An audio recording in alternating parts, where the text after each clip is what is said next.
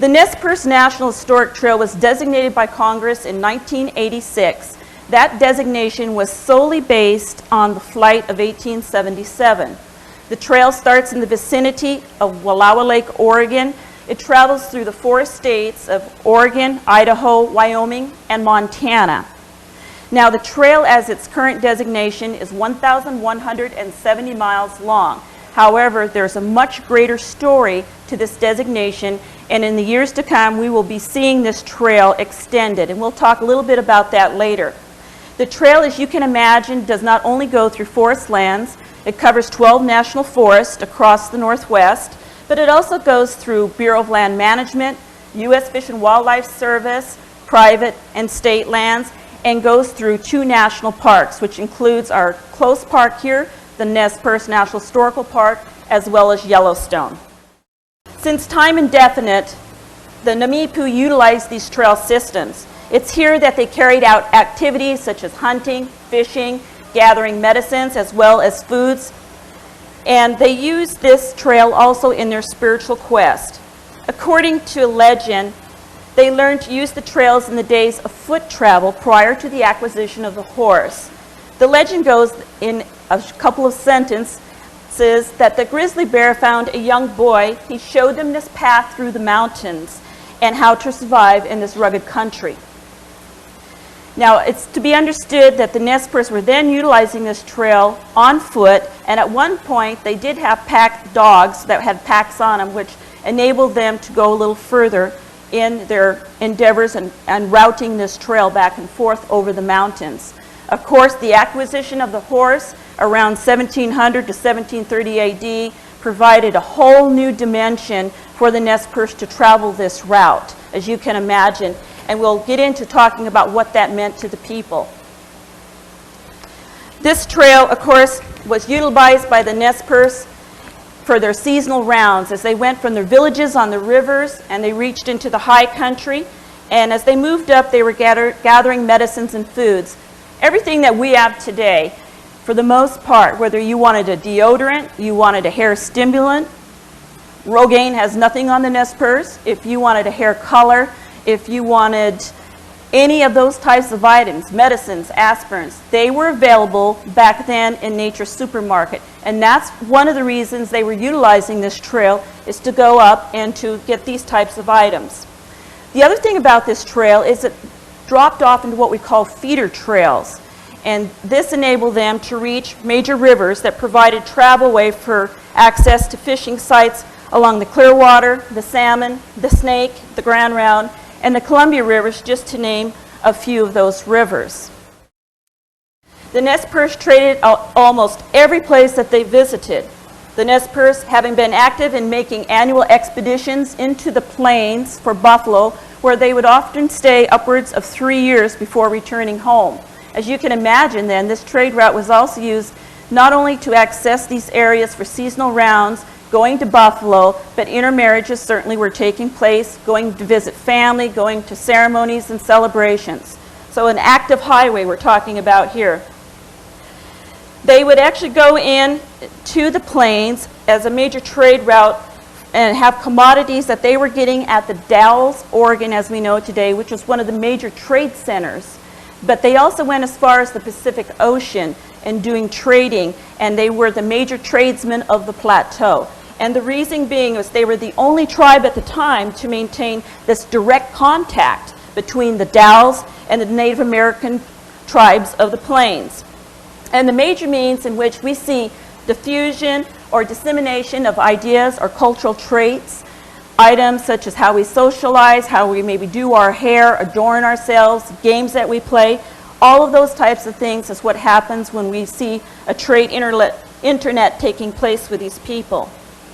An example of a long-distance trade is well established in the accounts of expeditions we have in recordings from the Walla Walla, the Cayuse, and the Nez Perce, who after 1800 were traveling by horseback from eastern Washington, where they were going up the Deschutes River. Then they would go down as far as the Pitt and Sacramento rivers, going to Suther's Fort and New Alamaden Cinnabars in what we call San Francisco today. So part of this little trail that we know here had a lot to do with the travel and the trade from the Pacific to the Dalles to all these other areas that they were reaching out to. Let's get into some trade networking and what this meant for the Nez Perce in using these trails. The most common media of exchange were shells, beads, and animal hides. Without argument, one of the most important trade items that entered the Nez Perce country from the west was the marine shells. And you have some examples here. An even greater trade network between the coast and interior as far inland as the Dakotas, as we know them today, were both the Dentalia and the Alavilla from the northwest coast, which was present by 1200 BP. Alavilla was a popular shell and remained for the most part the only recovered species we have in burials for the last 6,000 to 7,000 years. Halotus is another for the marine shell utilized in trade, and you're familiar with this, aren't you? Do you know what the other names are for this shell? Anyone? You see it pictured up here above the ruler. Mother of pearl, does that ring a bell? Abalone, that's what we're talking about. Glass beads were introduced as articles of trade, consisting of the pony beads, which are characterized fairly large in size. At that time, they came in black, blue, and white, and of course, the Nez Perce were very fond of blue beads. Seed beads, like the pony beads, were manufactured in Italy at this time, but they were smaller in size. They were introduced in the early 1800s and were made available through traders and fur companies, and that's how the Nez Perce were accessing these in these major trade centers, as we see in the Dalles, Oregon, as well as the Pacific coast itself. Here's some examples of these shells and items, Nez Perce finery, as they used to adorn themselves. Dentalium was traded from the Dalles eastward. Dentalia has been found as far eastward as the Crow and the Assiniboine people. An extensive trade is evidenced by occurrences of these shells that were collected from the Pacific Ocean, located now in archaeological mounds in Ohio and Tennessee and other areas within the Mississippi Valley. So it gives you an idea of how extensive these items were moving across the United States as we know it today. The Northwest Indians also used tusk money as a standard of value and for the purpose of trade. They were graded according to their length, and they were kept in strings about 27.5 inches long. There was approximately 11 to 15 of these shells that would make up one strand. This Indian tusk money thrived in the Oregonian and the California faunal provinces.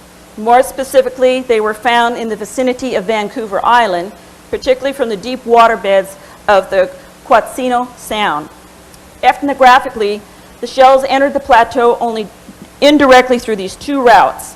A northern path by the Whale at Chilcoltin, who traded them to the Shuswap and the Thompson people, and then through the coastal Chinook up the Columbia River to the Dalles Trade Center. Traders began introducing metal cones, or they're sometimes called tinklers or tin cones, as a substitute for Dentalia shell and for some deer hooves that were being used as adornment, decorations, and trade items. Are you all familiar with the Prince Albert and the red can? The tops of those were actually used at one time very early on as well.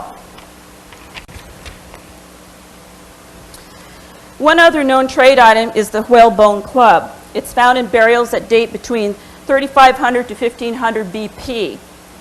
Undated plateau sites that I've worked at in this area reveal a number of whalebone clubs that are associated with burials. Some of these whalebones are incised while others are not.